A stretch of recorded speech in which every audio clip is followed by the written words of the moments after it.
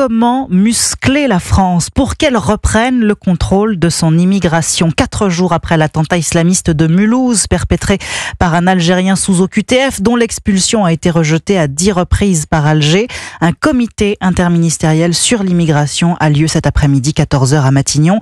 Bruno Retailleau, le ministre de l'Intérieur, veut y voir le point de départ d'une riposte solide contre l'Algérie. Le Quai d'Orsay, lui, refuse de limiter les discussions au cas algérien. Mayalène Trémollet.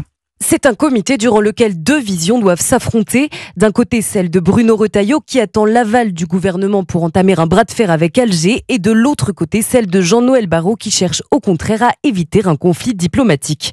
Décidé à ne pas se focaliser sur la question algérienne, dans l'espoir d'empêcher des sanctions ciblées, notamment sur les visas, le ministre des Affaires étrangères souhaite surtout se concentrer sur la méthodologie à appliquer en fonction de chaque pays. Alors si les rapports avec Alger seront malgré tout évoqués, étant donné l'actualité, Matignon choisit de mettre l'accent sur d'autres grands thèmes comme Mayotte, la mer du Nord ou encore les frontières intérieures.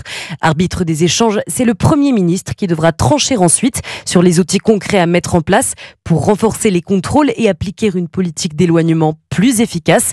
Rien n'est tabou, tous les leviers seront examinés, affirme-t-on dans l'entourage de François Bayrou. Parmi eux, les questions de la délivrance des visas, des passeports diplomatiques ou encore de la coopération avec le Royaume-Uni sur l'immigration clandestine. Mayalène Trémollet du service politique d'Europe.